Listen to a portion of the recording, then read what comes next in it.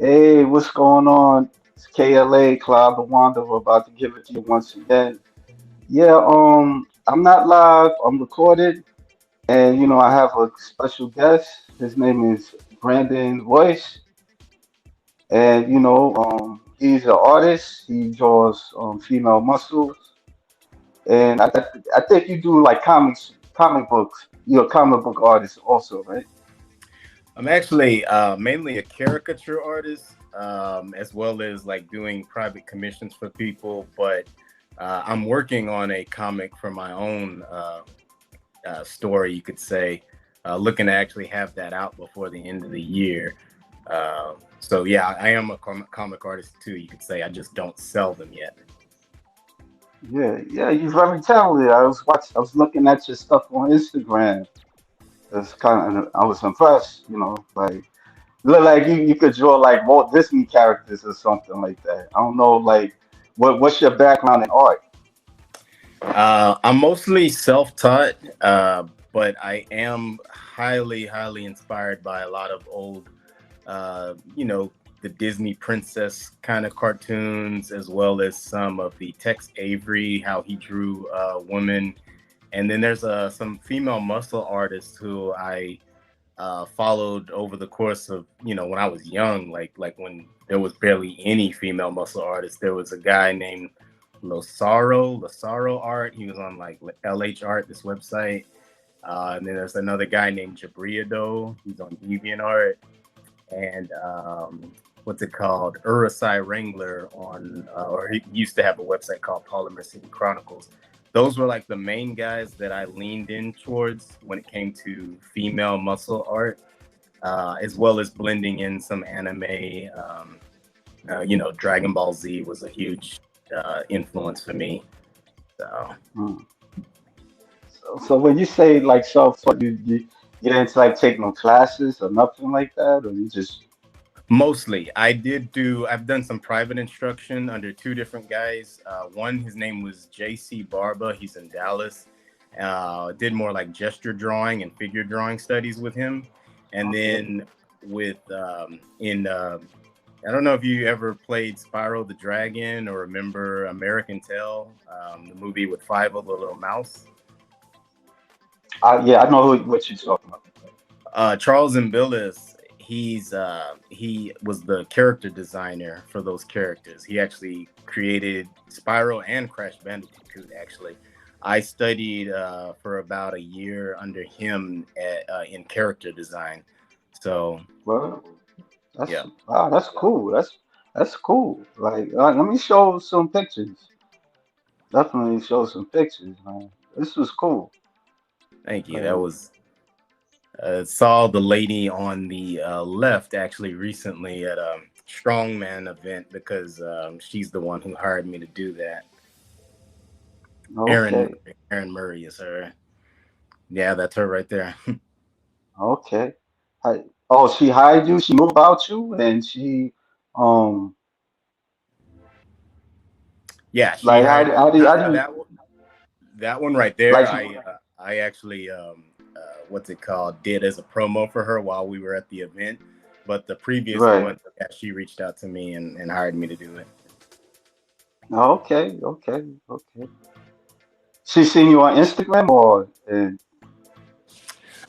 Yes, it was through Instagram because a few other strong women competitors had right? started to hire me at the time over the course of the years, and then she reached out to me as well. She's hired me to do a few for her. Oh, okay. Oh, she does like a strong. Yeah, I've kind of like interviewed couple of strong women, one in France and one in Australia. Oh, nice. Yeah, yeah, yeah. Who This did is you cool. I interview? mean, the her name is the last one I interviewed was Angeline Brother. She's from France. She won like the three-time France strong woman, and the first one I interviewed was she goes by Lisa, like Lisa, and she lives in Australia. Yeah, yeah. So Yeah, that yeah, I seen. yeah, I discovered you through Brittany Parish. Oh Yeah, yeah, that's funny because I'm trying to get her on to do an interview actually soon. yeah, She's my favorite girl to draw because she's she's an Amazon. She's actually tall, yeah, and you yeah. know, she's swole. And then I can imagine. she's from Texas, my home state. So Yeah, gotta show love for the Texas girls. yeah. I talked with her a couple of times. She's really down to earth. You know, it's going through a lot. And so yeah. So how did you have like this like desire of drawing muscle women? Where does that come from with you? How it all started with you? The most acute moment that I remember was like when it hit me like, oh wow, was if you remember WCW and WWF at the time before it became WWE. Okay. It was like when I was 12 years old, I remember seeing Asia, who was a wrestler for WCW, and then of course China, who was a wrestler for Right. WWF. And yeah, when I Okay. saw both of them, I was just like, wow, like I never seen any woman like that. And they were also, of course, extremely buff, but also gorgeous, and then also very athletic. Like they could move very, very well considering they're both. And yeah, that's when I actually really started to actually draw. Because before that, I never drew women at all. I only drew dinosaurs and cool like Dragon Ball Z ish type of characters. Anything that was more in the rank in the zone of cool, like aliens, monsters, stuff like that. When I saw those women, then I started to actually draw females, and so yeah, mostly kept it hidden all my life because where I'm from, it was taboo. It's Yeah. like no one has seen women like that, so they're just kind of like, and it led to a lot of insecurity in me, stuff that I still have to deal with. But um, I, as I got older, I kept trying to keep the hidden drawings hidden. I even thought I wasn't supposed to be drawing those types of women because I kind of thought, I grew up religious, so I kind of thought it was a taboo.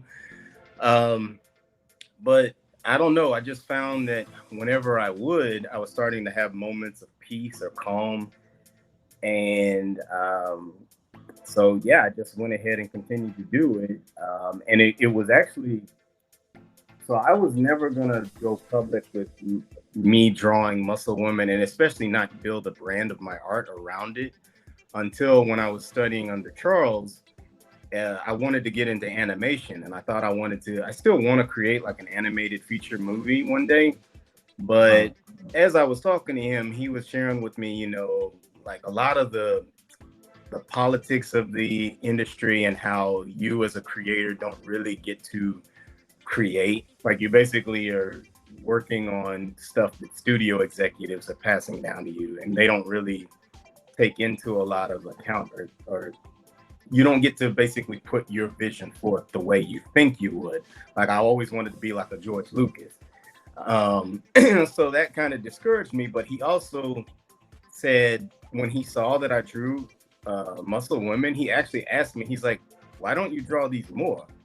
And I was like, well, because it's not normal and no one's going to be really interested in it. And he was like, this is what you're best at drawing. Like, keep drawing that. And he said, why do you want to work in animation when you could try to build your own following or brand? He's like, lean into this niche. So I took his advice. I started doing it. And I have like a small little, I mean, it's helped me to where I've become mostly professional artist. That's what I do most of the time. I do have one other side gig, but it has grown to a point where I may be able to create like the first female muscle-ish art type of brand. Yeah, yeah.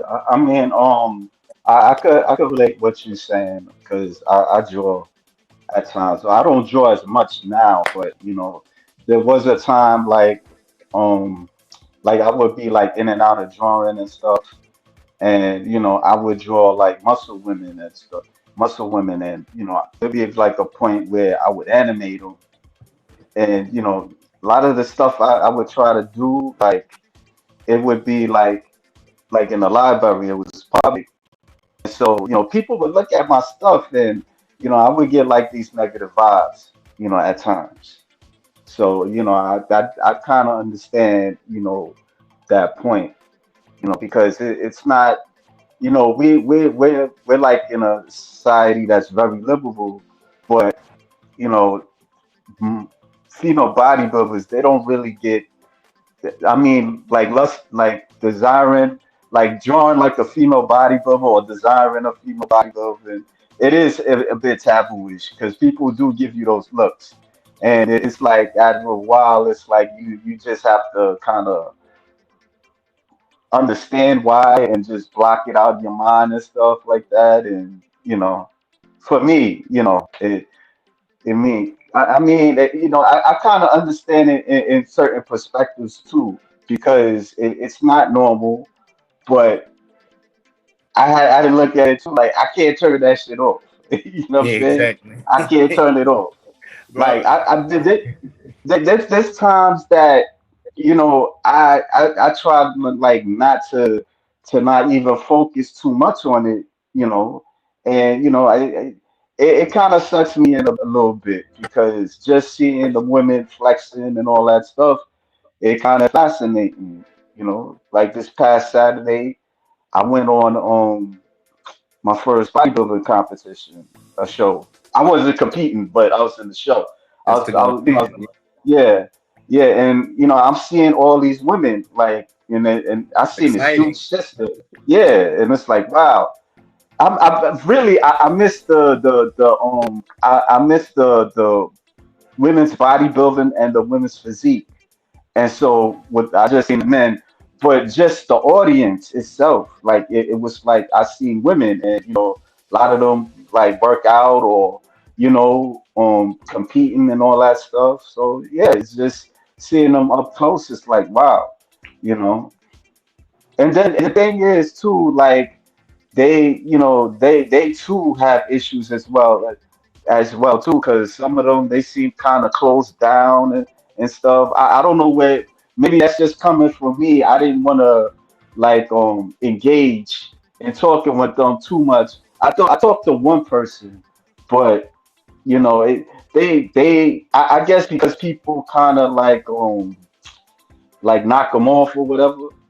So Well, I've actually dated a female bodybuilder before, and I've I've mingled with several over the years as I've done this more and more. And it is true. And I mean, if you really listen to a lot of them that get on, that have like podcasts and stuff, there's a lot of issues that they deal with similar to us artists in terms of having a lot of anxiety and perfectionism. That's a huge thing that they kind of deal with. There's an inner critic that's always going on.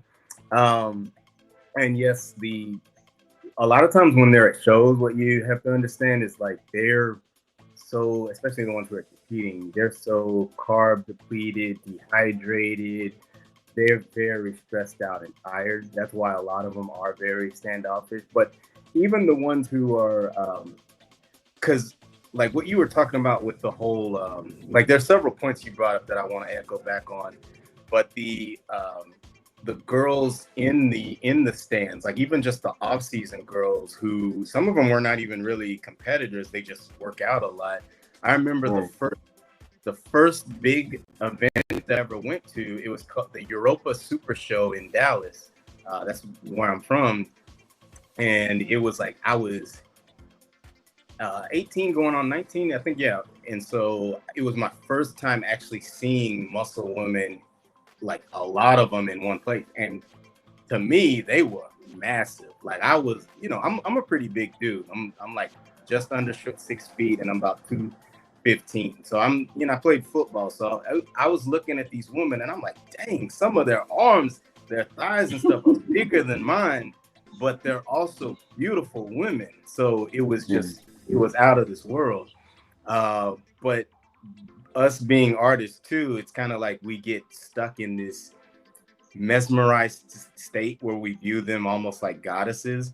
So when Yeah. we're first meeting them and it seems like they are a little bit standoffish, and a lot of them too, one of the things we have to understand, and that's why I'm liking that you reached out, and that's why I was so eager to do this interview, is because I think a bridge needs to be gapped, or not be gapped, but closed between us admirers of female bodybuilders as well as the bodybuilders themselves, because they've kind of given us this label of, you know, schmoes, and Right. like I don't even know what schmo means, but I just know that it's like those guys that really really admire female muscle. Well, over the course of time, it kind of just seems like they view us, they like the fact that we admire them, but it's like, keep yourself at a distance. And I think, you know, Yeah. there's several schmoes, because they're not used to seeing muscle women, that when they first see them, they act very awkward around them. They don't treat them Right. like real human beings. And we got to understand, they are women. They're not goddesses. Um, Right. you know, that is, sometimes some of us don't want to hear that, because in our minds, we have them held up as these No, ultimate you're right. fantasies. You're right. But the You're right. truth is, to really break that barrier, you have to start to approach them and treat them almost like you would another person. Not Right. always be rushing to, how big are your biceps? Like, how much can you bench press? Because they get asked that several times every day. So, Right. us being true admirer versus just a random dude on the street who's just asking it to be like corny or whatever, to really get us to like start engaging more regularly with them, we do have to, like, you know, find other, not other ways to, other things to talk about, because at the end of the day we are going to still talk about their muscle and all this other stuff. But I also want the women to start kind of viewing us admirers in a different light, because I do reach out to some girls and ask them, you know, if I can draw them. I don't do it as much as I used to, mainly because um, over the years you start to realize, okay, like some of them, they'll take a drawing, they're not necessarily going to tag me on Instagram or mention me or anything like that. So it's kind of like, you just wanted this pretty art piece of yourself, but then you don't really care at all about supporting the person who's doing that, because there's not a lot of female muscle artists out there, and it'll always stay that way. I mean, it's going to always be a niche thing, but I think female muscle artists are going to always be reluctant to continue to put quality work out there for the girls to appreciate, if we feel like most of them don't care. That's why I mean, I like Brittany Parrish a lot, because she has been very supportive of the art that I've created of her. And yeah, so when sometimes when girls randomly reach out to me, or actually like retag an old drawing I've done of them, and I hadn't really been thinking about them in like months or whatever, and then they do that, then it's like, oh wow, they actually really appreciated that art piece I did for them. So then it's like, for a guy like me, I'm be like, okay, if I'm cycling through different girls to draw, I'm gonna go look for the ones who have been very supportive in the past, Yeah. versus just the ones who I'm like, oh wow, she's pretty, you know. Um, I've definitely become a lot more selective with who I choose to do drawings of, especially if it's going to be like a promo thing. Right.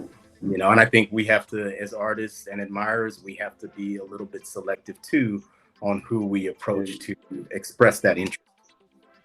Yeah. Because they're selective too. Like especially like if you want to interview them, a lot of them, they'll kind of see your stuff. Like I'll like DM them and show like the stuff that I've done. Like, and some of them would kind of not respond, or I'm not able to get them at a good time. But a lot of times, like some of them, they do see it, but they don't respond, and some do. So I mean, I got my ups and downs with them as well. I would say, because some of them like rub me off the wrong way as well too. There's moments where you know, like recently, I had like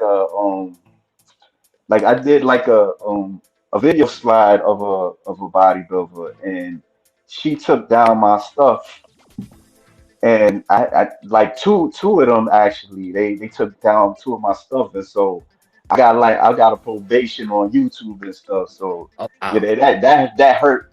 Both of them did, and I was trying to reach out to this one particular one, and she kind of made me into a villain. Like I'm like, look, I even try to pay her. Like, look, maybe we could compromise or something. So, but she wasn't trying to hear it.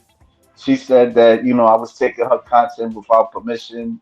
And I've tried to reach out to her, but I never had no response. So that did it for me actually. So, but it's ups and downs with them. I mean, I do agree with you. You do have to be selective because some of them would support you, some of them they're not. And that's the ugly part about it.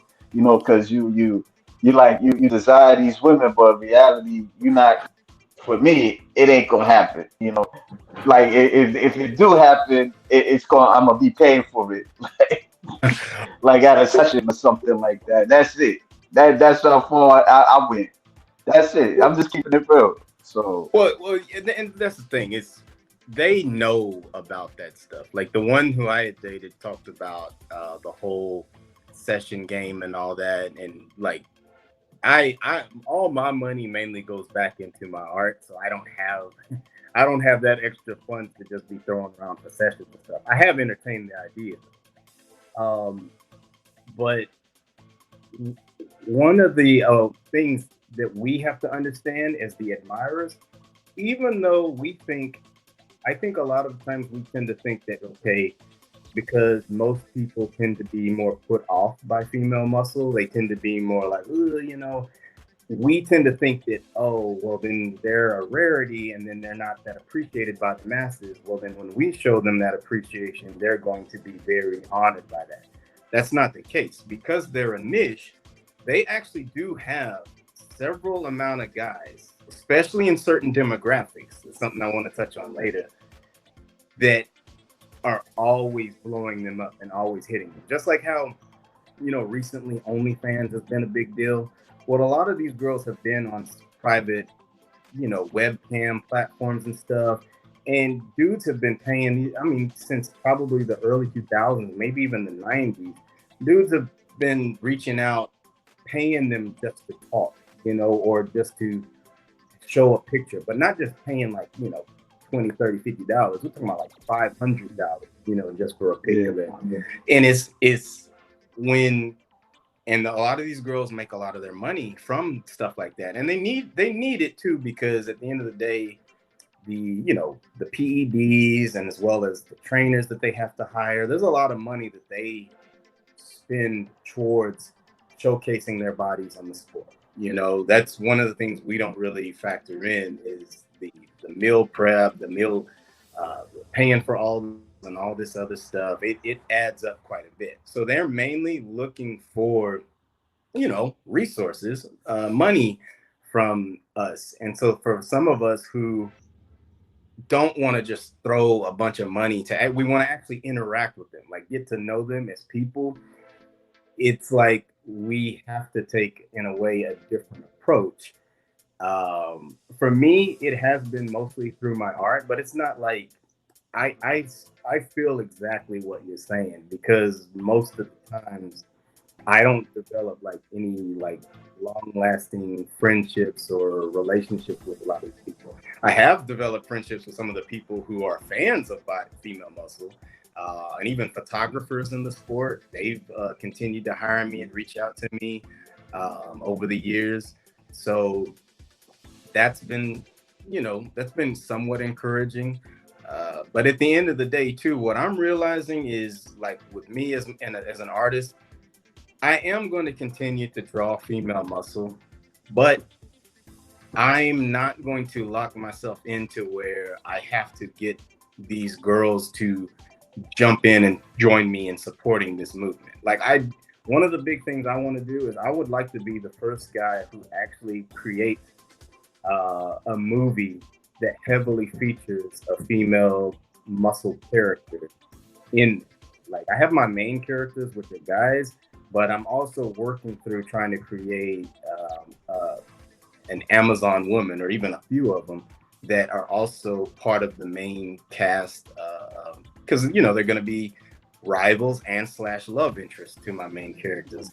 But I've just realized, like, I'm going to still have to create that goddess in the comic, no matter what. If it'd be great if I could get real female bodybuilders to support it, but if not, then gotta do it. I mean, what's it called? I can't remember the name of the guy who actually created Wonder Woman, but Wonder Woman was like a fantasy idol that he created based off of some of the most beautiful and also charismatic women that he had encountered throughout his life. And I think Dr. William Marston, that's his name. yeah, He has some freak to himself too. There's a lot of kinky stuff behind him as well. So well, I mean, at the end of the day, every human being has a kink, I believe, or let's say 95% of us do. Most of us are taught to suppress that kink or just keep it private. Us as artists, I think we're kind of unique in that, yes, I think some of us ought to keep our kinks hidden, because I've seen some artists express their kinks, and even me, I'm just kind of like, I don't want to see all that. But I think some of us are meant to express those kinks to help, in a way, usher in a new comfortability for it in society. One of the things I remember recently is that I was drawing that drawing of Brittany Parrish at the Strongman event, and I had it on display. And not only was I doing it there, I would also take it with me at different bars and restaurants. And normally in the past, I've always been afraid to have my stuff on display, but especially not around average people. Like, it's one thing to have it at a bodybuilding or gym or at a strongman event, because those people are going to be like, oh yeah, cool. But doing that stuff, drawing them in actual public places where it's just normal people, that used to terrify me in the past. But now I've done it more, and I get a lot of positive feedback. I mean, there were several little girls who were about 8 to 10 years old. They saw me drawing Brittany, and they kept coming by my table, just, and then coming, kind of to look at me and be like, hi, and then look back at the drawing of her. And then, they also saw that I had the reference photo of her right next to it because I had it on my phone. And in my mind, I'm like, they're so enamored by this, by, her beauty, as well as what they see in this drawing. This may inspire those girls to, not necessarily become a female bodybuilder or anything, but it may encourage them to, like, play sports or do something athletic and combat that negative reaction that a lot of these girls get. Because a lot of them, they're getting negative messaging from their boyfriends, from their mothers, from their fathers about, oh, you're too muscular, you're looking manly, like, that's not feminine, blah, blah, blah, blah. Like, people need to understand a strong woman can still be very, very feminine. I don't understand this idea that women have to be extremely weak and be feminine. Like, the truth is, you can be strong and feminine at the same time. And when you look at old civilizations like the Spartan women were very athletic and very capable. And Athenians actually commented, I'm trying to remember, I think it was maybe Herodotus, one of the historians actually commented about how Spartan women were the most beautiful in the world. And the Athenians hated Spartans, yet he was willing to be like, they're the most beautiful in the world. And I think it's because they spent a lot of time wrestling, boxing, practicing martial skills, just in case if ever the men were to actually go down, they would be the last line of defense, basically. So I think in the past there have been cultures who have embraced that, but Western society has really tried to, like, you could say, put women in a box for the last several hundred years, and now the box is Right. open. It's being like, you know, uh, I, I, they're I kicking I down the mean, doors like real they, fast now. yeah. They have been women warriors, but I think it was very rare to like certain at a certain point. You know, majority of the times you would just see like because sometimes I see old pictures and a woman was they weren't muscular. It was mostly like the man. They were they were the ones that was hard and they had to go out in the fields and work and stuff. Maybe other women too, but mostly men had to do like the heavy duty stuff and go to wars and stuff like that. But I've heard that there were like even like in ancient Greece, there were like women gladiators. But the Yes, thing yes, there were. but the men, but the thing was they weren't like popular to see than the men. Yeah. That was the thing. It's just They, like modern day female bodybuilding. Modern day female bodybuilding is, it doesn't attract the same crowd or attention as, say, the right, men's, or like the Mr. Olympia. And yeah, back in the day, it was the Romans that did have some female gladiators. And it's they're like part of the sideshow, part of but there's several niche people that actually like that type of stuff. I just feel right, like Western society over the last several hundred years has kind of glossed over that. And like you said, almost all cultures, the men are always the warrior. We're physically, naturally built more for that. That's just the way it is. Um, but one of the things I feel like has been, when I look at, say, old Renaissance art, a lot of the women were very curvy. But if you actually look at closer to their I didn't hear anatomy, you. What you said? They were like what? I was saying, with old Renaissance art, like Peter Paul Rubens, that's how we got the term Rubenesque women. They're very curvy, and on the surface, like most Western people would be like, "Oh, they're fat," But if you actually look, they're curvy. But when you look closer, he shows their anatomy. Those were strong women, because back in, just for survival purposes, are you going to survive better with both a strong man and a strong woman, or are you going to survive better with just a strong man? You got to think about it when we were hunter gatherers and stuff. So I feel like in some pockets of the world, there has been a small appreciation for the strong woman physique. It's just been kind of hidden for the last several hundred years, mainly in America and Western Europe. And now because you can see women getting into so much more stuff with military and joining the gyms and all that stuff. Now we're seeing kind of like a small explosion of muscular women. I live in San Diego, and I do see, if I go to the beach on any random day, it's not like I'm going to see a female bodybuilder, but I will see a pretty muscular woman, and it's kind of like, wow, I used to go most of my life with not seeing that back when I was in Texas. Yeah, yeah. Like how far do you see yourself doing like female muscle art like in a sense of like putting it out there in the mainstream? If I could ask you that. That's a tough one, honestly, because if you would have asked me that like 2, 3 years ago, Right. I probably would have said, forever. I would have said that was going to be the number one thing that I focus on, because I really wanted to be the main core of my brand. Well, as time is going on, I'm focusing right now, especially with my comic, a lot more on my male characters. One of them you just you just showed, the guy, the lizard guy right there, that's Besa. Um, he and another character named Sage are like my main uh, guys that I wanted to build a story around. And as you can see, I want to have a strong woman to kind of contrast and be along with them. And then I also want them to be strong too. You can see he's not no slouch.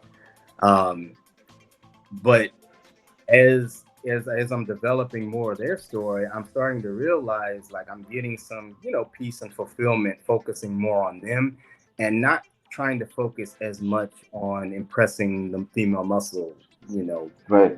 people. Because that's one of the things that I don't think the girls understand is we are inspired by them.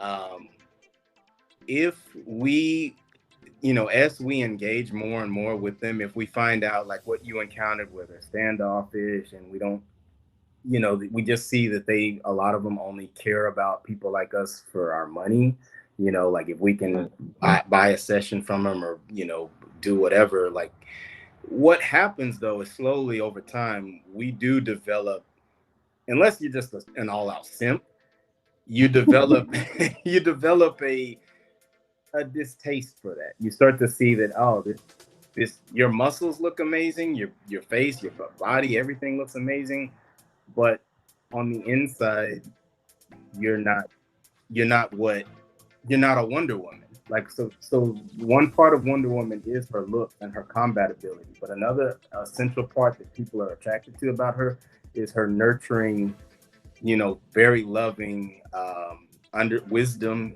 all of these different aspects of her. In my experience, I have met several female bodybuilders and muscle women who do display that. But if you were to go by percentages, it's a much smaller percentage than, Yeah.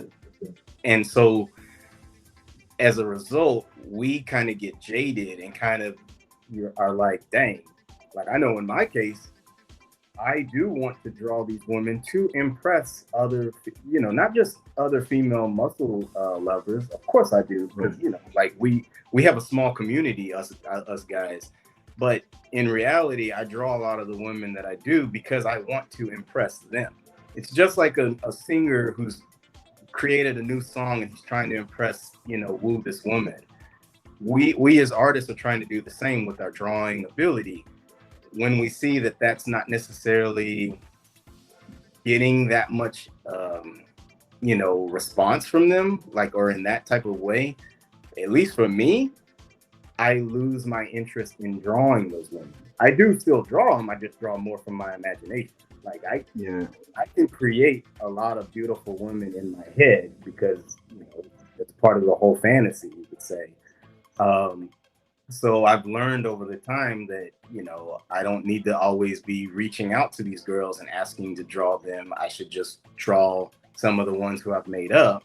And because there are several people who will, like, even when I was at my doctor's office today, one of them was curious about my drawings. And then I flipped through and she saw one of my buff female boxers. And she was like, oh, I love that, And this is just a regular random woman. So, uh, Yeah, that's cool, man. That's cool.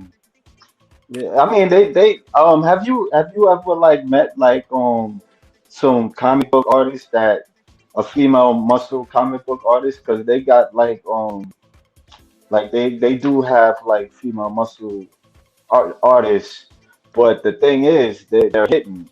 Like a lot of them don't want to show their face. I've interviewed a couple of them, and they don't really want to put themselves out there like that. Said, I was that's a just about lot. I was just about to say I have never met a female muscle artist. And at times in the past I have wanted to, just to have another like-minded person to, also Right. bounce ideas off of, but just, interact with, because at the end of the day we feel like we're on an island by ourselves. Yeah. um but no, I've met other comic book artists, but none of them do female muscle. And the few that I've seen that have drawn like a muscular-ish woman, they keep her very petite. So she's gonna look more like a bikini girl, almost maybe a little bit like a figure competitor, but not quite. And they usually only do those characters as one-offs. They're not a regular mainstay in their stories. Um, and Yeah. like you said too, this is kind of one of the things. Like there's certain things that bug me about other artists. It's the whole we as artists we do have a lot of anxiety, and I think a lot of us deal with like social anxiety, but we have to not always be afraid to put ourselves out there, our work out there, and then also interact with people. We get lost a lot of times in our fantasy worlds to where we don't want to deal with the real world. And I'm guilty of this too. There's many times where I'd rather just be sitting and drawing and letting my characters play in my head than talking to real people. But the truth is, we're creating these things so that we can share it with other people. I really am discouraged too by the fact that none of the other female muscle artists that I know of, I don't know what any of them look like, what their faces are. And they Yeah. do seem to be, you know, more socially awkward and don't want to be around people at all. And I'm just like, I mean, I don't know. I don't know if it's because like I'm different than most artists in that, you know, I'm very active with physicality, like in terms of just I've tried a little bit of like a bodybuilder type diet and all that. I never wanted to compete, but I'm like, if I'm this enamored with drawing them, I want to get myself, you know, looking somewhat in shape. Um, so I feel like having a little bit of that jock in me has made me a little bit more outgoing than most other artists tend to be. Um, so Yeah. Well, I could show like some of the your I made like a clip of your drawings. Check it out.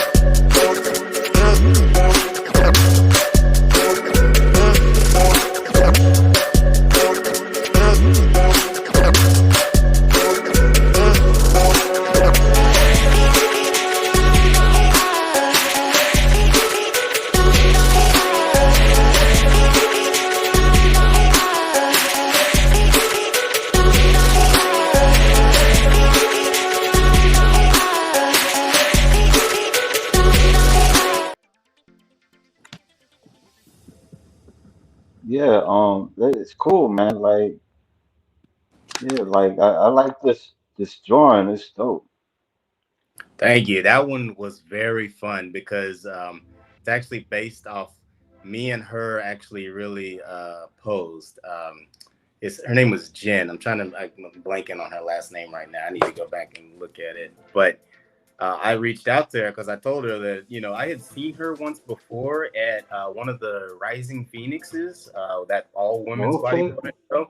She wasn't Yeah. competing; she was just there. And I Right. saw her, and then I reached out to her through Instagram, and I was like, "Hey, like she has more of the off-season physique. So I was like, hey, would you be interested in doing like I love drawing buff girls boxing. That is, I train a little bit of boxing myself. It's like my favorite combat sport to watch. And so the idea of a really buff girl being good at boxing is like a huge turn on for me. But I actually reached out to her about posing, to do a little posing with me, and she was willing to do it. And so we actually took several photos, and I went back, and this was about 2 years ago, but I went back and drew one and did airbrush of it. So I just kind of exaggerated her size. She Yeah, is it's cool. big. She is big. She's actually shorter than me, but I do exaggerate. You know, at the end of the day, these girls. I mean, it's cartooning. Like, you're gonna exaggerate. I mean, it depends. Like, like what you tend. I mean, in cartoon, if you do cartooning, you're gonna exaggerate. You're gonna tend to exaggerate, unless if it's you're looking for like a realistic drawing to do, then have to be in detail. Yeah, I mean, That but I mean, this. No, go ahead. no, that's the ultimate to me. And honestly, I would love to actually get, there's very few of the girls, most of the girls who do like more strength and combat stuff, they tend to do stuff that leans towards wrestling, because obviously True. like they're extremely strong when it comes to wrestling.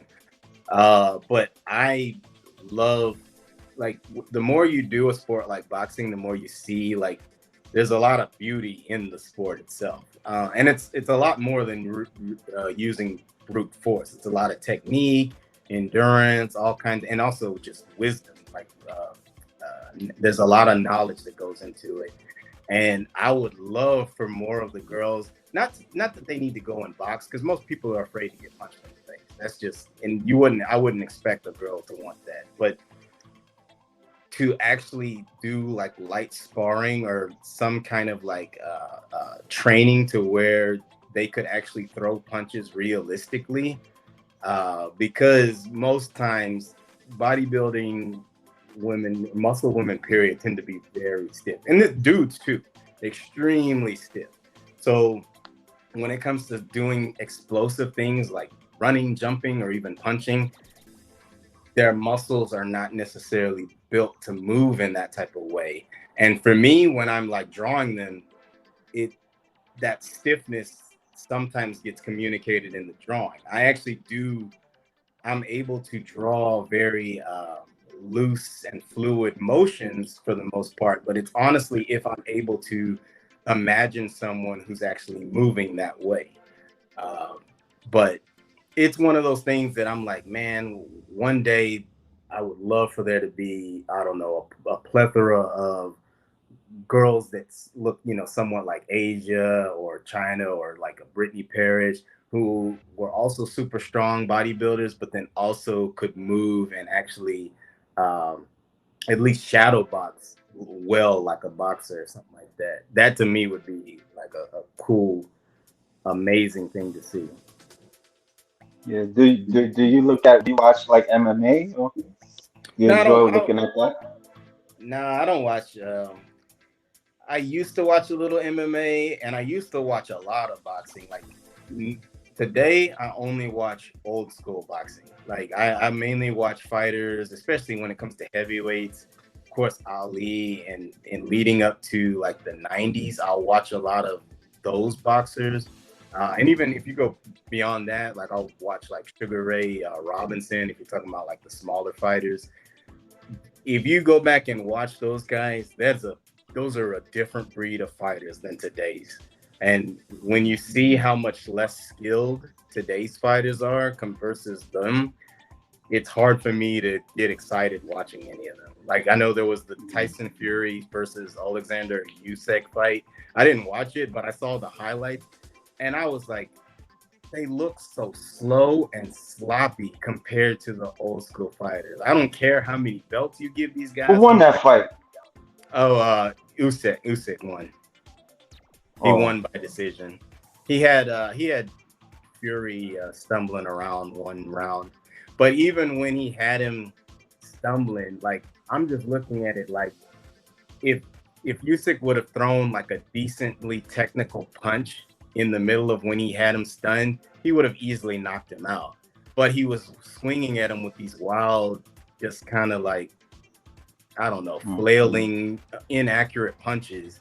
So to me, I was just like, man, these dudes wouldn't. I don't care how big they are today, and that's another thing people have twisted. They think because the heavyweights are bigger today that they're stronger and better than the other guys. They may be like physically stronger, but they actually don't punch as hard as the old school guys, because when it comes to punching, there's a lot more than just brute force. And actually, there's a lot of accuracy, timing, getting your opponent to move into the punch, as well as hitting them when they're not seeing it.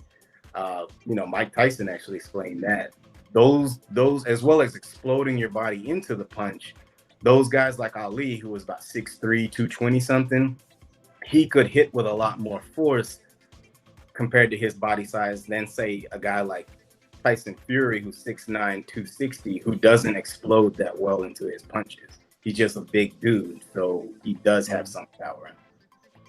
But I haven't seen Tyson Fury fight this, so oh man, he is a hype job, man. I mean, people watching this interview, there's gonna be a lot of people who hate me for this, but I just look at him like today, if he was fighting back in the 90s, 70s, or even 60s, he probably wouldn't have made the top 10, just to be honest.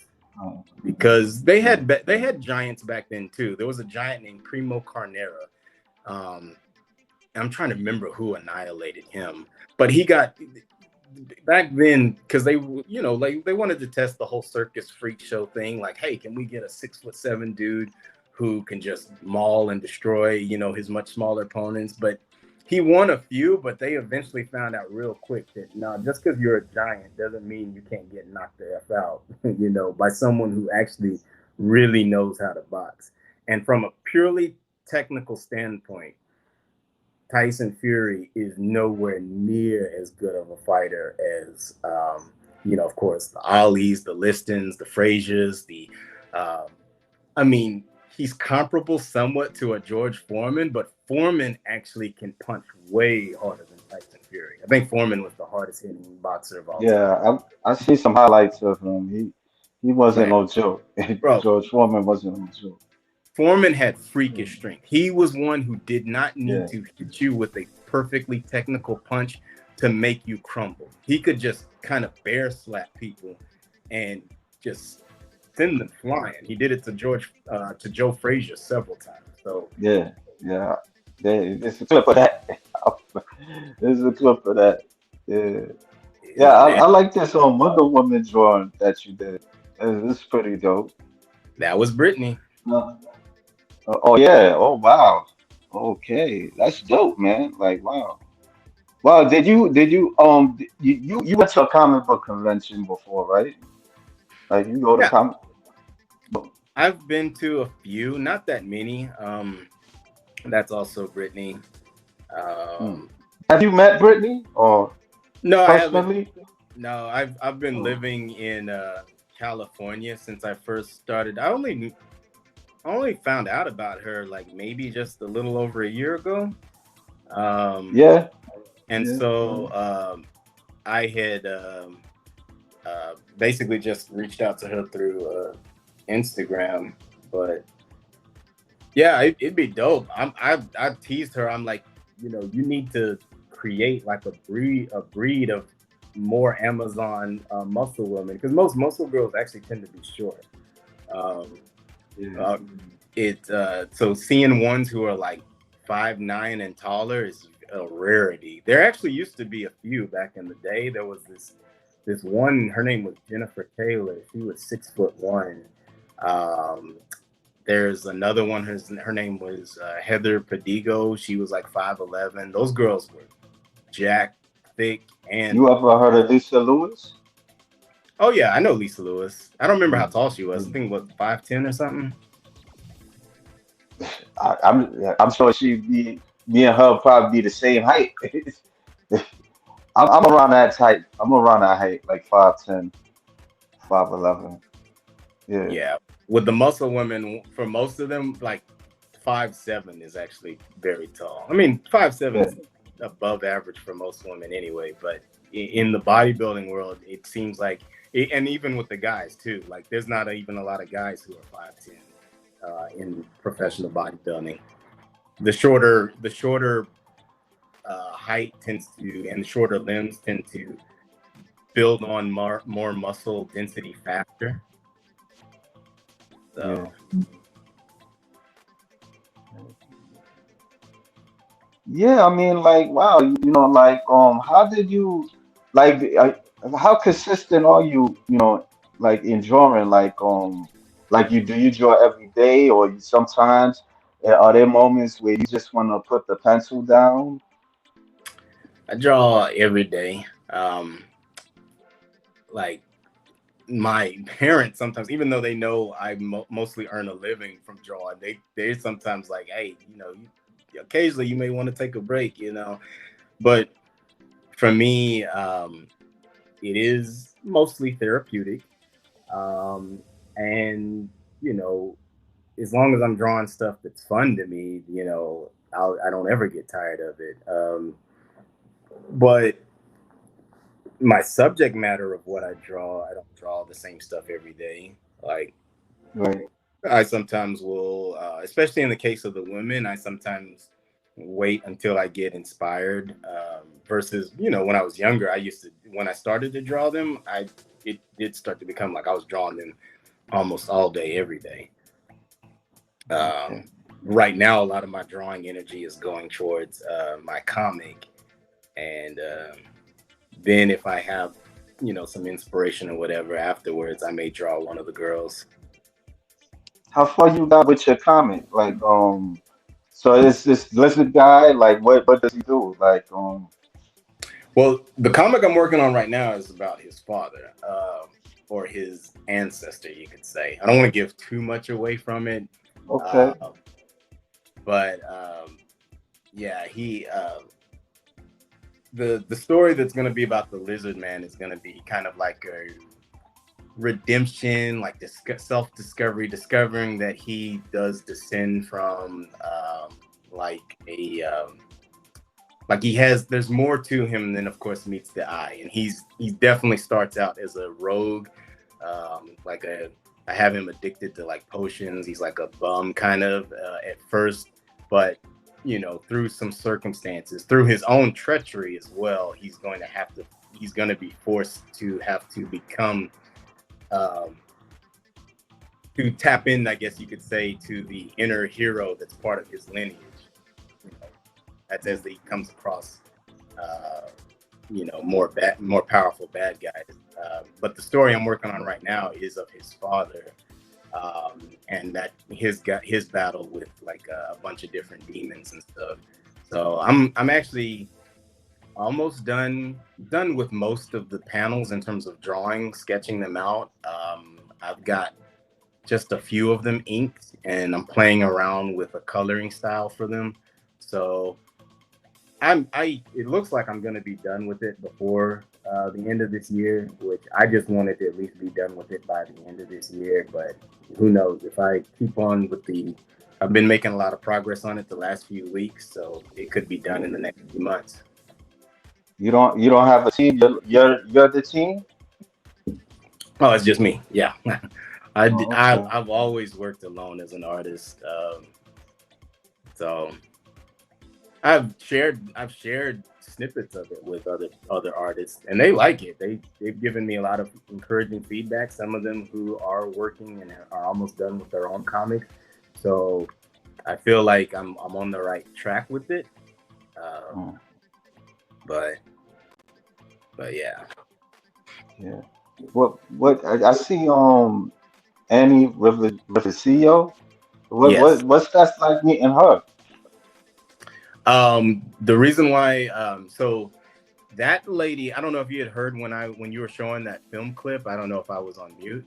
That drawing is of Andrea Thiel. She was a female bodybuilder. She had one of the Yeah, I best. think I seen that. She had one of the I best don't. in physiques back in the early 2000s. Annie Right, Ravicchio taken that photo of her, and Annie Ravicchio, of course, used to be a female bodybuilder as well. And she has, right.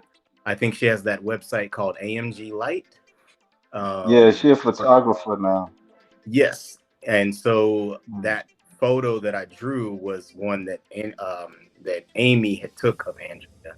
So she saw me. Andrea saw me. I mean, not Andrea. Amy saw me at the last Rising Phoenix show in 2023, and Right.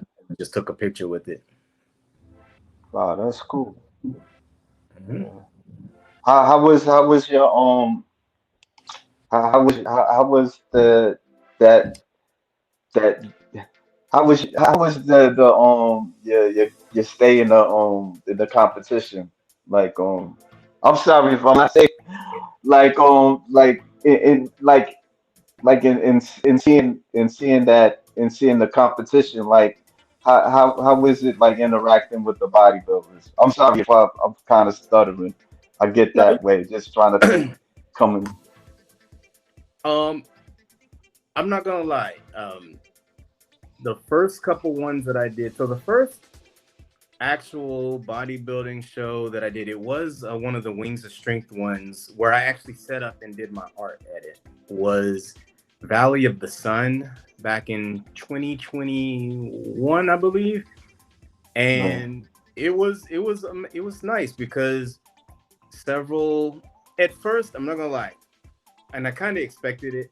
Almost all the competitors and the muscle women at first, when they stopped by my, when they passed by my booth, they ignored it completely.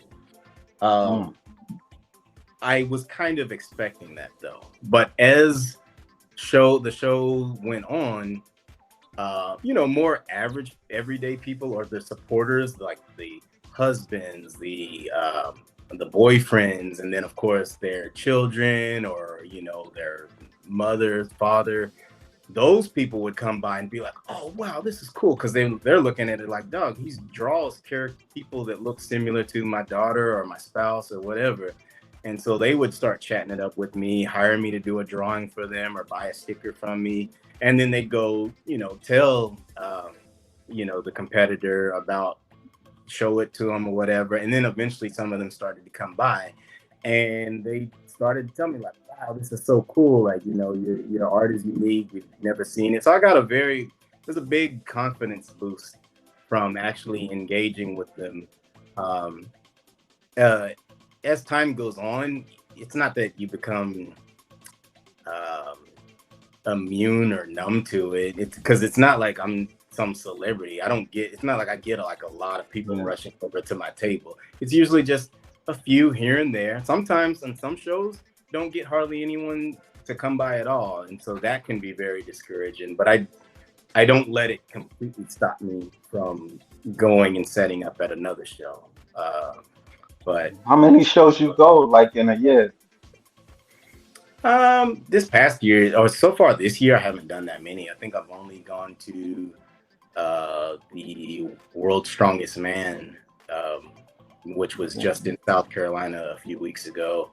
Yeah. I have been to the Olympia and to the Arnold, and I've had a booth there, and those were amazing. I was drawing all day at those, and it was fun. Like, I've also done several Rising Phoenixes, Wings of Strength. I've probably done maybe 5 or 6 of their shows, and then there's another company in Southern California called Muscle Contest. I've done probably 4 or 5 of their Yeah. shows, I and think I heard that one. yeah, some other ones spread throughout. So it's it's more like the first year I did it, I probably did about 10 different shows. The second year, maybe almost about the same, and now this being the third year, I've definitely done less, but it's just because I'm being more selective. I It costs a lot of money to go, like, buy a booth and then also pay for hotel, flight, all this other stuff. um so it's not like I don't make that money back. A lot of times I do make my investment back the day of the show or over the course of the weekend at the show. A lot of times, though, what I'm looking for is, do I get repeat hires after that? Do people continue to reach out to me the weeks or months after the show? And, because at the end of the day, this is a business. I have to support myself through it. So that's why I'm just a little bit more selective with which shows I decide to go to. So this is like your bread and butter with you don't have is this your side job or? No, art is my main job. I do Oh, do, okay. yeah, I do like caricatures. That's the funny thing about this. Me being good at the muscle drawings, there was a caricature artist who saw that and he was like, "You should do caricature art." And I'm like, "What? The goofy faces?" I'm like, "What does buff Yeah. women anything to do with the goofy faces?" Like, I'm like, those don't mix at all. But he was like, "Nah, man, like you have a unique style." And he's like, "I think if you fuse that into the caricature world, it'll work." And I eventually took him up on it. I did find that as a caricature artist, you can make some pretty good bread.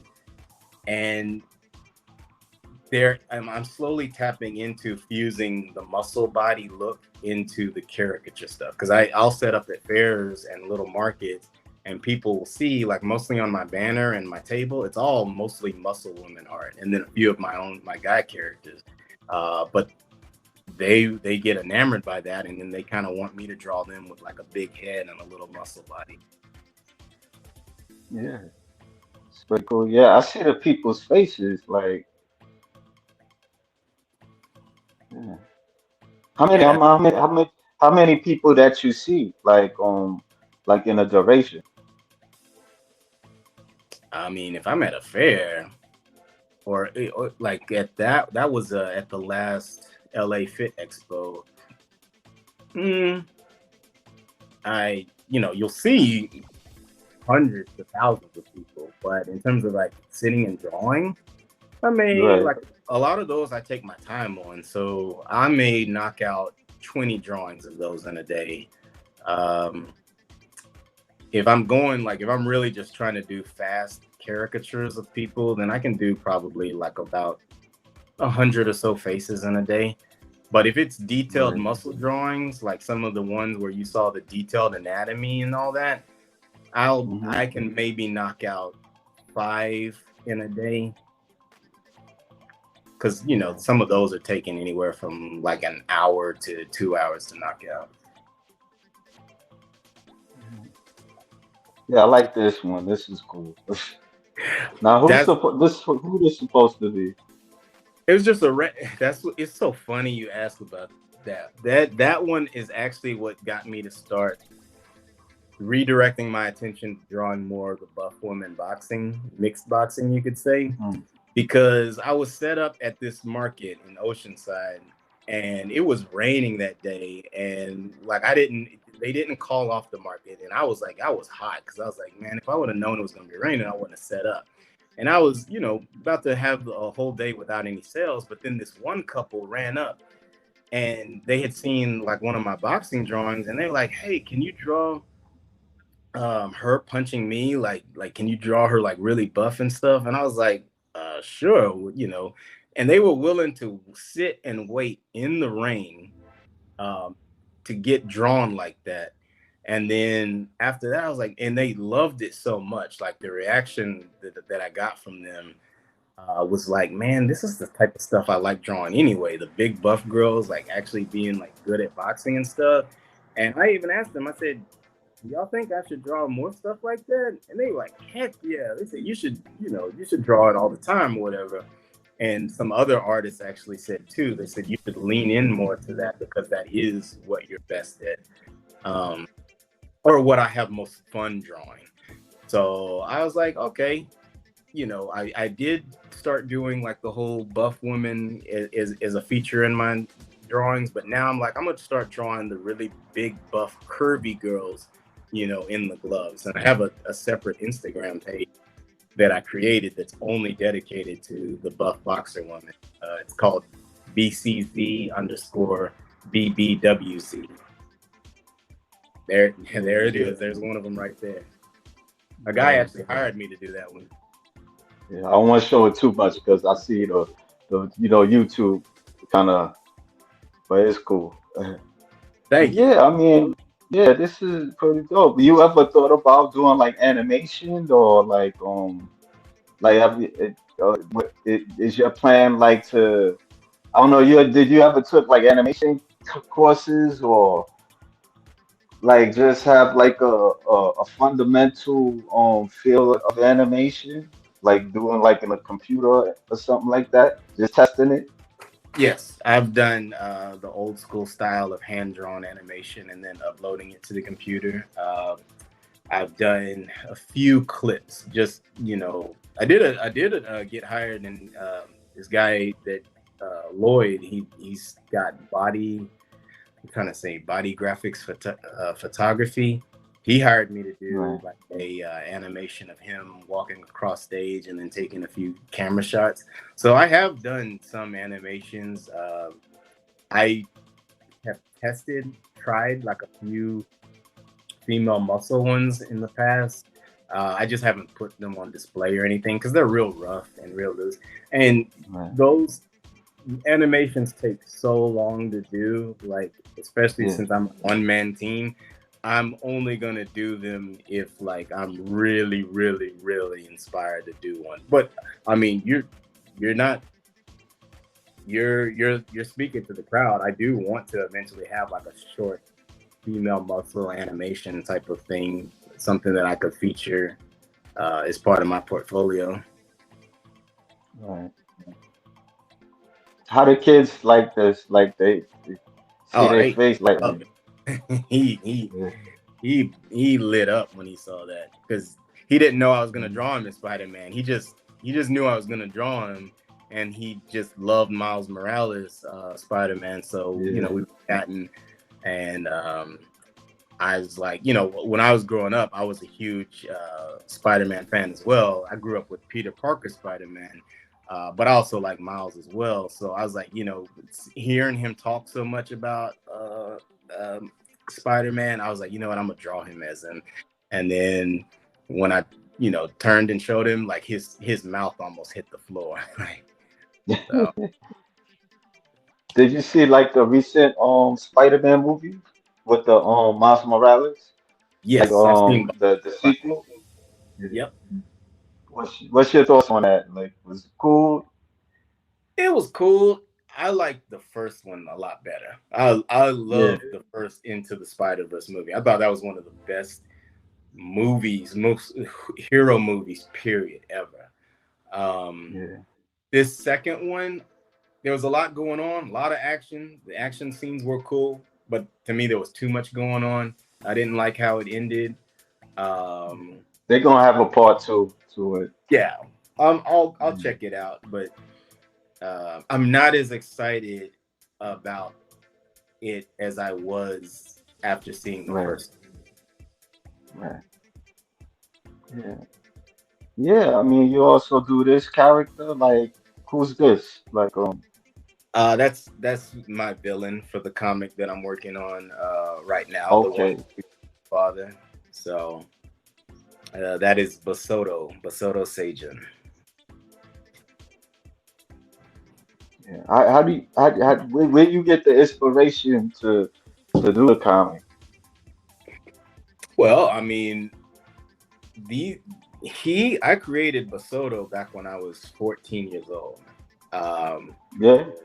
yeah, but I drew him a little bit, but I mainly wrote. Like back then, I wrote. That's another one of my favorites right there. That's Scarlet Ruby. Um, Okay. she's potentially one of the girls I may use as like the main rival of Besa, who was the Lizard Man. That's an example of a girl that I just made up straight from my imagination. Um, Okay.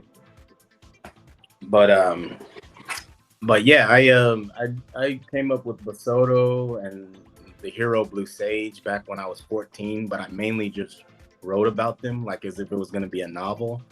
I Mm. didn't have the skill to be able to draw it as a comic at all. But now, I do have, you know, the skill, and I'm learning as I go on how to create a comic. It is a very difficult task, but it is rewarding because I'm learning a lot while I'm doing it. So Yeah. I'll tell you this: doing a comic exposes a lot of your flaws as an artist. You become a lot more. Sorry about that.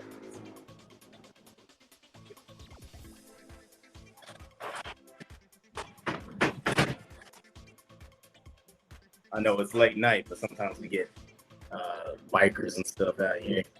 Um, what's it called? You were saying about the comic and stuff. I was just saying that when it comes to comic book creation, as an artist, you get exposed to your flaws a lot more. Yeah, how so? Like, I have a friend that he draws. He been doing like comics like maybe over 20 years now. Like, you know, he did like Batgirl in like in the 2000s, Cassandra Cain, and he Okay, also did Spider-Man comics. Yeah, so that's what's up, man. I mean, to me, what you're doing is you're doing sequential storytelling. So in a way, a comic book is a movie, but just in, you know, on paper. Um, right. and of course, a lot of movies, almost all of them, start out as storyboards first. So they, in essence, start out as comics, and then they get filmed onto the screen. But as a comic book artist, there's a lot of stuff you have to think about in terms of course, you got to know your anatomy, but you got to know composition as well. Um, Camera angles, learning how to play around with positioning of different things so that you can create that impact of, you know, giving off action between characters, um, Yeah, as well as, you know, perspective, and also shading and lighting, like really getting better with that. And then also landscapes. You gotta know how to do all of that, architecture, stuff like that. So there's little, because there's certain aspects of my game that I'm lacking in. I have come up with different techniques, or I'm coming up with different techniques to kind of mask those, and then also like highlight my strengths at the same time. yeah, yeah. Yeah, that's not comics. Drawing comics is not very easy, man. Like I try to do it at times. I try to like write a comic strip and even try to do it. I took like an alternative comic class and it wasn't very easy. It wasn't. I remember I wrote a story about this dude. He went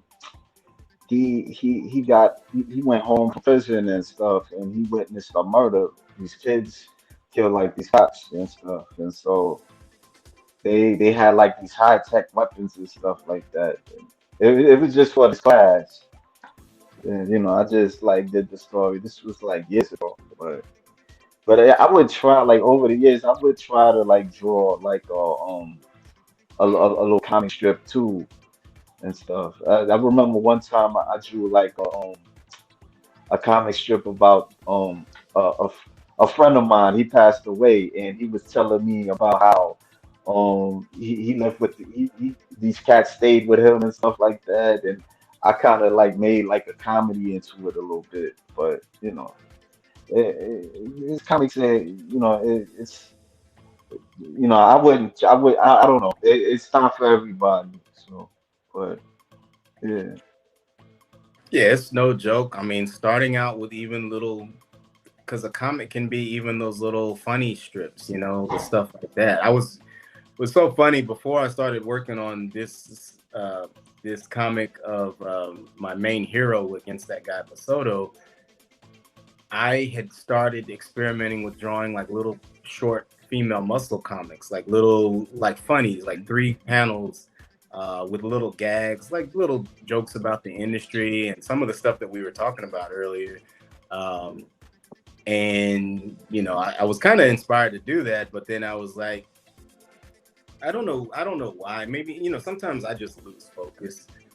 As people can probably see through this interview, I'm very scatterbrained. It is, I got a squirrel's brain. So I can get inspired by a project 1 minute and then like literally 30 minutes later, basically kind of shelve it or just be like, maybe it's not meant to be.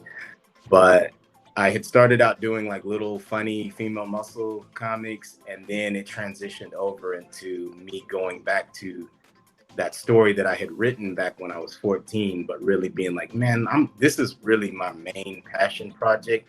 Let me try to um, finish that, and then also throw some muscle girls in it. We'll see how that Yeah, goes. that's a good combination. I would say, yeah, it's a good combination. You just you add in a story, and then they, yeah, you're adding certain elements to it. So yeah, because Yeah. I think really, like, if you just do muscle women, I don't know, like, you might not get that much of not a lot of response the way you want it to have. So yeah, Well, and this goes back to what we've been talking about earlier. In a way, as an artist, to really support yourself, you do need fans, but you need true right. fans. True patrons or supporters. Like, back in the day of the Renaissance days, they had patrons and stuff. Da Vinci was able to sit and draw all the time and create all the time because he had, like, kings and queens funding him and basically supporting him so that he could do art full time. Right. Hardly any of us as artists have that type of supporting or backing, so we have to get it through generally multiple people. I'm not necessarily saying you got to do crowdfunding and all that, because I do probably need to do it. I just don't know how to orchestrate it properly. But even without people financially funding me, it's not always just financial. It's just literally showing the support so that I'm emotionally wanting to continue to put that stuff out there. If I feel like I have somewhat of an audience who's really interested in the story and the vision I want to bring to life to the world, well, I don't have to get paid to be doing it. I'm not getting paid to be doing it. I'm going to go ahead and put it out there. But in order for me to like make it to where I'm doing it full time, then yes, I would need, financial support.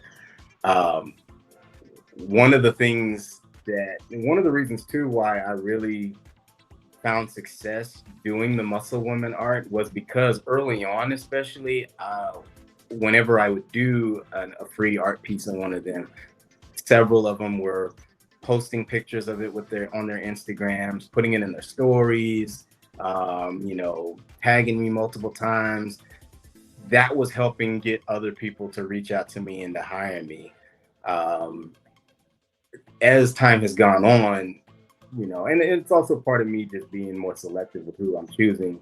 I don't get that as much, and I think Instagram too has changed a lot of their algorithms, which for me is not working in my favor. Like, I have more followers than I ever did in the past, but I get less engagement and interaction.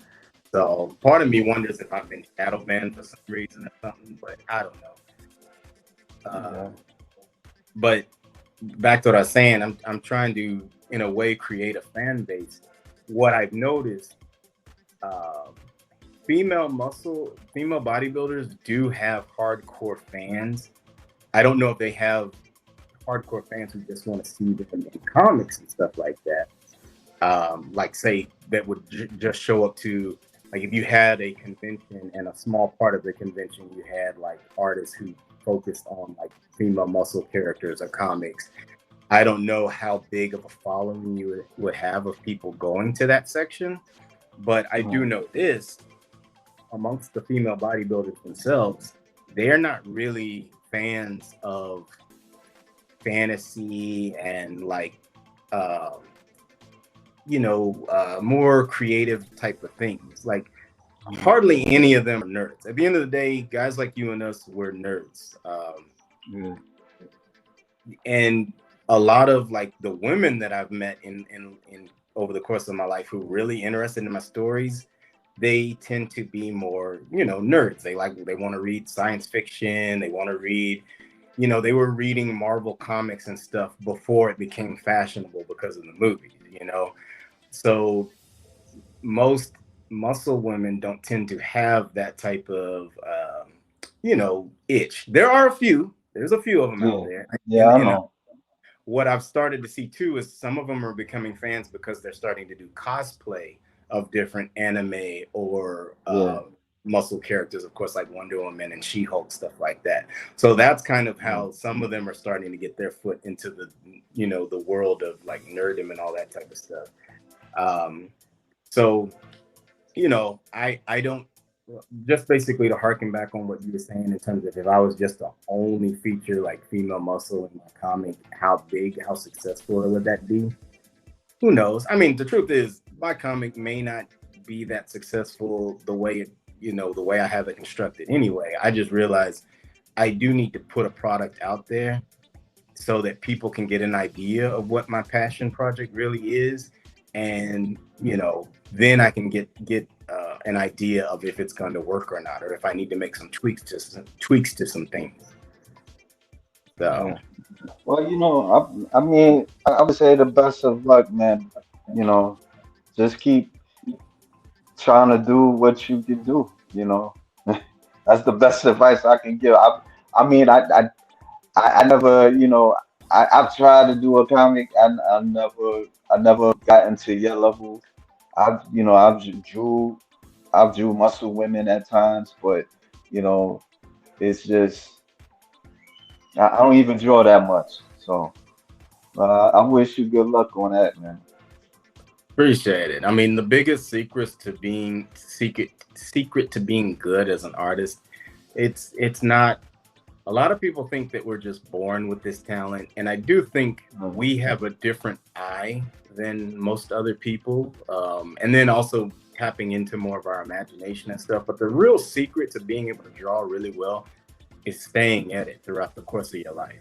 Most all of us started out drawing when we were kids. We Yeah, generally stopped, most seem to stop around like middle school age, and I think it's because a lot of us get discouraged. We get convinced by everyone that, oh, you're not going to make any money doing it. That's silly, that's childish. You don't become super popular from art, like, say, if you were to excel as a jock. And right. over the course of time, you realize, oh, I'm not going to get like a lot of attention or money over it. So a lot of people look at it as, and then they're like, oh, well, it's just silly. It's just for kids, that type of thing.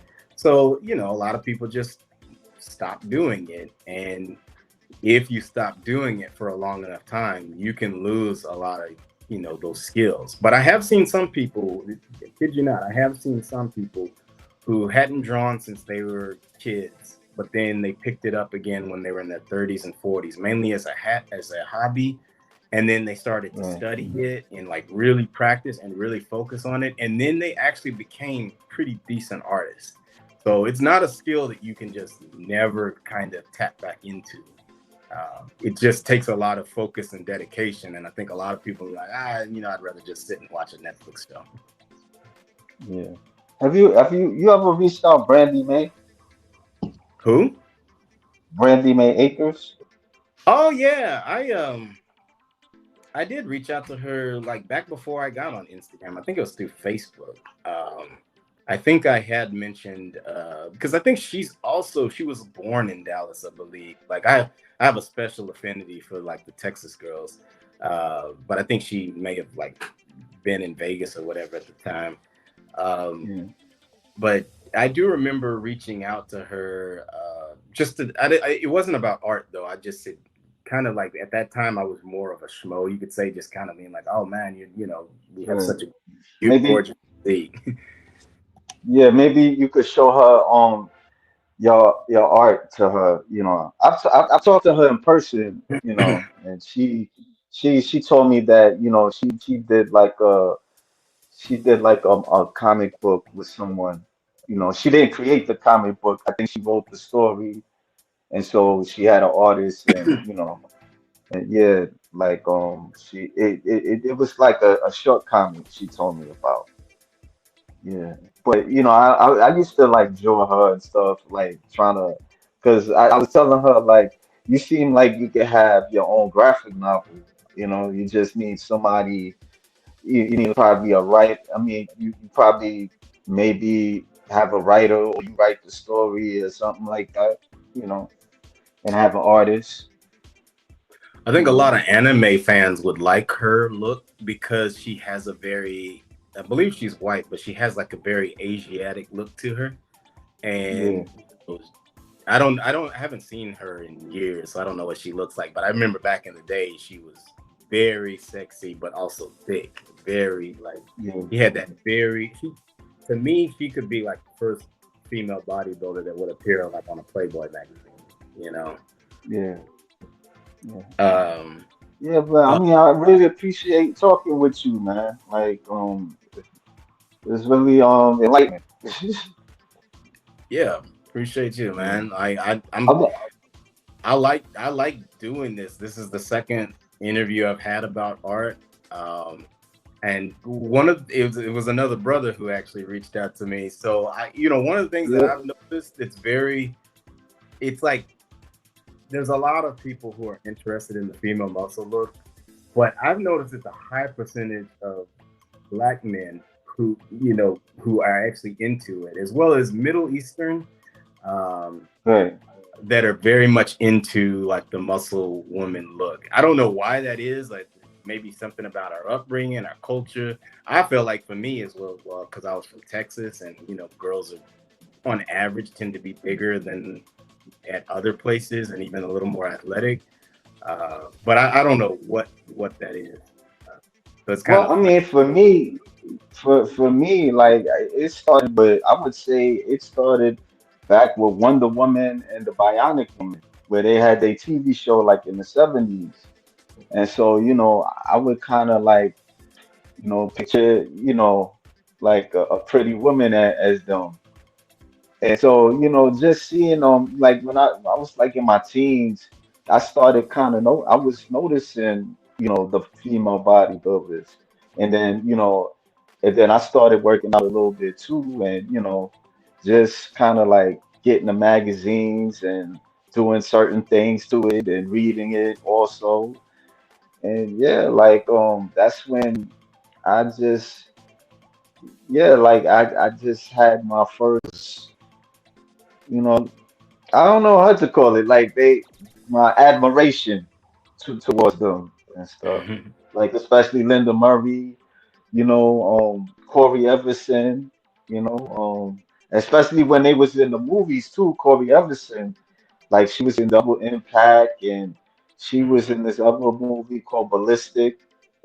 Yeah, she did other series. Like she was like for me, she stood out, because it seemed like she had a foot in the door, because she was in these TV shows and movies, but she ain't never starred in nothing like that. So, but I know Rachel McGlish, she was in a movie. Also, Yeah. Iron Eagle 3. Yeah, I mean, like they, before, like I would say like in the 80s and the 90s, you would see the bodybuilders on TV. They was on talk shows, they was on, night talk shows. American But Gladiators. yeah, yeah, American Gladiators as well, but like I would say like after the 2000s that started decreasing. 2010s, forget about it. You I've, you, I've you ain't noticed that never, too. yeah, yeah, It's so funny too, because and this is why I sometimes think Hollywood's full of shit. They have hit us with this whole strong woman, like women, being strong and fierce and all this other stuff. But you don't right. see them putting any muscle woman on screen. Like they're still No, getting they mainly don't. they get mainly, I know they had that She-Hulk TV show Right. recently, and they got just a regular girl to play She-Hulk, and then of course CGI'd her. But it's like there's plenty of muscle women out there, and you can't tell me it's that Right. they can all act because you can get. I think you can actually coach people up to act, at least pretty decently. But Right. they don't go for them. So it's part of me like part of me thinks that Hollywood, because Hollywood's all about money, and I think a lot of those guys are still like, oh, well, if we put too much of a muscular girl out there, that just won't sell. So, you know, Yeah, we'll get these little small girls like what's her name, Natalie Portman playing Lady Thor, and you know, we'll CGI some muscles. I mean, she was kind of cute as Thor, like Lady Thor with the. I know she worked out too, like yeah, because well, her Thea Thompson, they worked out, but not like to a point where Yeah, she's cute. somebody, Natalie Portman's very cute, but you're not yeah, going to convince anyone that she can lift some. I don't know how heavy yeah, Mia is, you know, but that's their prerogative. I have my own gripe about that too, because I'm the type of dude that likes seeing girls who can actually outstrength, you know, who are stronger than the guys. If you look at my art, you'll see a lot of that. But when I'm yeah, watching these movies and stuff, even I have a hard time seeing like little 5'3" 100-pound girls going and taking out 10 6 foot, you know, 250-pound dudes. It's kind of like, come on now, could y'all at least get a girl that's like that looks kind of like Brittany Parrish or like a Gina Carano to do that? Then it's a lot more believable. Then it's like, okay, yeah. yeah, like if I saw a girl like that on the streets, it's like a lioness. Like she looks like she's gonna be able to do some damage. Right. I don't know. I don't know. Only time will tell, you know. So Hey, it's guys like us who gotta, I guess, make it happen if we can strike the magic. You know, the stars have to align for it to happen. But I feel right. like that's part of the reason why I'm excited to do these interviews, because I do think that there is a spirit moving through a lot of us female muscle admirers that want to start pushing that in, not necessarily to make it mainstream, but I think we're starting to become more comfortable um, pushing it out in the open period. So Right. Right. I wanted to touch something real quick with the with Black Americans, you know, like with there's Black Americans that do like it, but we don't put ourselves out there like that because you know how it is. Like you get clowned and stuff like that. So, you know, oh, trust me, I growing up, like, as African Americans, we are very much a lot of our culture is very much social status based. We yeah, are very hyper aware of always making sure we look cool at all times to everybody, you know. And I yeah, still have that. I still try to present myself as, you know, being that cool suave guy as much as I can. But when it came to like actually putting out the muscle girls and all that type of stuff, I realized those dudes were gonna still find holes to pick on me no matter what if I never came out and showed my muscle stuff. And this just happened to be something that I was really good at, and I was like, you know what? I know that some of them are really into it. I can't remember who it was, but there was one brother that I used to hang out with, and I used to think of him as just the ultimate cool dude. And he actually saw me drawing one of the girls one time, and you know, he kind of like, I tried to hide it from him, but he's like he wanted to look, and I thought he was gonna clown me. He didn't clown me at all. He just kind of looked, and then I could tell in his eyes, and I'm like, oh, he likes this type of stuff. But he didn't say anything. But I was like, oh wow. And then when I was at some of those female muscle shows, I started to see a decent amount of brothers there, and I'm like, oh, a lot of us seem to be into that, you know. So, yeah. Or they bodybuilding too. So oh yeah, yeah, yeah. I don't, you know, I used to think that I need to be a bodybuilder to try to attract one of those women. I mean, because for the most part, a lot of them do hook up with other bodybuilding men. Uh, but I found that there actually are a few of them who are into actually regular guys. They want a guy that also works out. So they want someone who actually takes care of their health and fitness as well. But it's not like you yeah, have to be a top notch bodybuilder to actually be able to, you know, go on a date with one or anything like that. They, you know, at the end of the day, they're humans too, so they have their own uh, values and stuff that they see in people that they can appreciate. Yeah. So I've heard. Well, you dated one, right? How was that for you? Like, Oh, I loved it. I mean, I'm still we're still friends. So like I you can say in a way I received a lot of healing through her. Um, just because to go through that phase of, you know, being enamored and then probably like most guys, I had started to believe like I'll never ever be able to actually date or hook up with one. Like I just was like, there's, you know, I don't have that it, you could say. But it did happen, and it actually happened through a large part her finding out about me through my art, and okay. then, you know, connecting, and then yeah, starting to talk. I actually started to tell her about a lot of my fears and insecurities and in regards to how uh, you know, as a regular guy viewing a female muscle, you know, and she was sharing me a lot of the stories that she had with just encountering other regular people and guys who had that same fear and stuff. So it just kind of made me realize like, oh, okay, yes, this is a unique attraction, but guys like us, just because we love muscular women doesn't mean we're weird.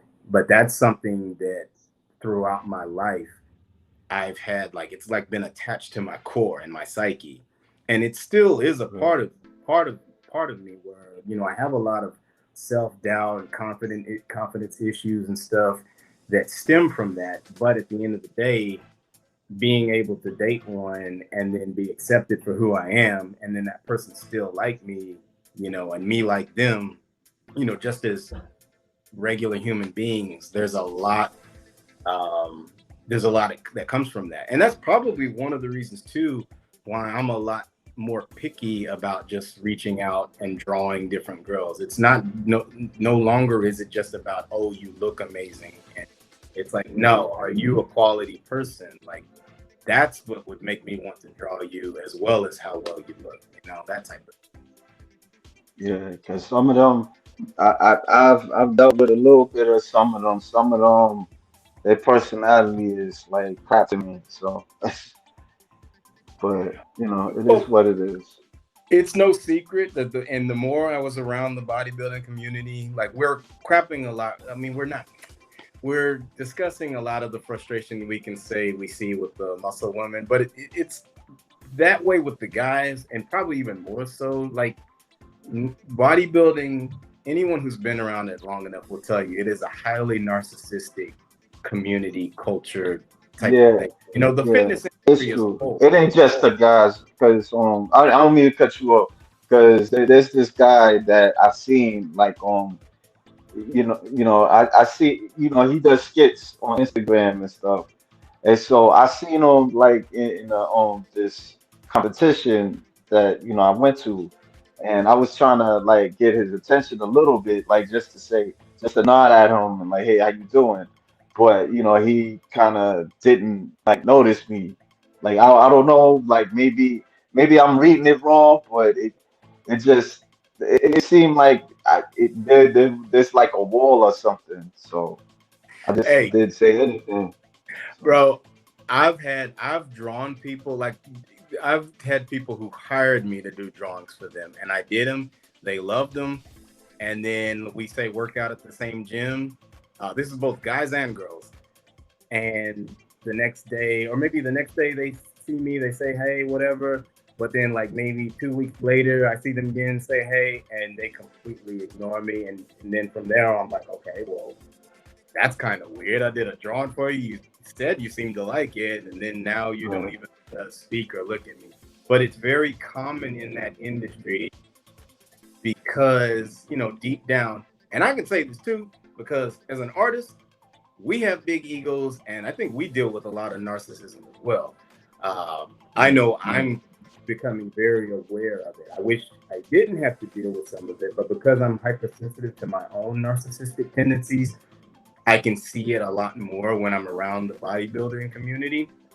And it Mm. comes from a lot of insecurity and constantly comparing yourself and wanting to kind of stand out from the rest of the crowd. Like a bodybuilder at the end of the day is trying to show the world, look at this superior physique and dedication and work ethic that I put into harnessing and creating this physique and separating themselves from the rest of the crowd through that.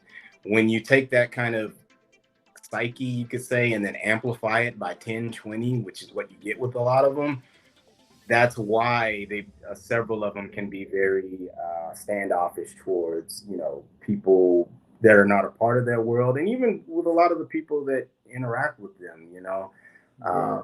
But I always have to throw out the caveat: this is not all of them. I have met several cool ones over the course of the Yeah, year, that's true. and Yeah. that is those ones, and even the last one. The one of the girls, it's actually the girl that you have right now, Amanda Gray, the one in the background with the red boxing gloves and the red shirt. Okay. Yeah. Yeah. Okay. I had met her at a fair, and we were talking about this, and when I was done, and she just said to me, she's like, well, hopefully, you know this shows you that not all of us are, yeah, that's her right there, Amanda. Yeah. She said, she's like, well, hopefully, this kind of shows you that not all of us are, basically standoffish. And she's very cool. Like, she's actually helped me with my nutrition program. She's helped me to get really fit and in shape. Okay. So yeah, man, there are some cool ones out there. It's just you got to treat it not entirely like unicorns, but like it, I would say don't give up looking. If you're really interested in like female muscular women, um, I still don't say give up on regular women either. Like there's plenty of girls out there who I think we kind of look at as just average, and it's like, oh, they don't have muscle and all that. But some of them kind of have that itch to want to not become a female bodybuilder, but kind of develop and explore the potential of their physique. So we kind of have to keep, um, one eye open to the just because a girl's not a super muscular woman today, or even just No, today. yeah, she don't have to be like, I mean, because I see, women like, especially where I'm at, I'm in Brooklyn and stuff, and I see a lot of attractive women, and they may not be like a bodybuilder type. I've seen athletic women too, like especially like they running in the park and stuff, and you don't really see too. I don't really see too. I don't see it on a red on an occasion with female bodybuilders, but I see the athletic side, or they might not be like athletic looking, but they have like this attractiveness, if it makes sense. Oh So, yeah. but I don't, yeah, I don't just be focusing on the muscle babes, but I think just women, period, a lot of times, like, modern women, it's not very easy to kind of like approach them at times, unless if they get to know you and you get to know them, you know. So, I mean, a lot of it. This is stuff that we could go deep into on, on another topic. But today's the social media has really affected the mindset of a lot of people today, both men and women, and it has made the whole dating game and actually talking to each other a bit more of a challenge because we are we are a very egotistical society right now. So yeah, that's what makes it a little bit more challenging. yeah. Well, let me leave you alone, man. And I really appreciate you giving me the opportunity to talk with you. Oh, no, I So, appreciate it, KLL. I'm so glad that you reached out, man. This is stuff like this may help help incentivize me to go draw on another muscle girl right after this. yeah, man, no doubt, man. We could do it again, like maybe like a year from now, like when your comic book is out there, and you could tell me like your adventure, like the process of it. So Yeah, you just reach out to me. It doesn't even have to be a year. You can be like, hey, if you want to do it a couple months from now or whatever, then if I Okay. got time on my schedule, I'm down, man. All right, no doubt, no doubt. I could check. I'll definitely check you. I'm gonna follow you also on Instagram, so you know. Yeah, thank you, man. All right, Cool, so cool. I'm gonna wrap it up. Oh, before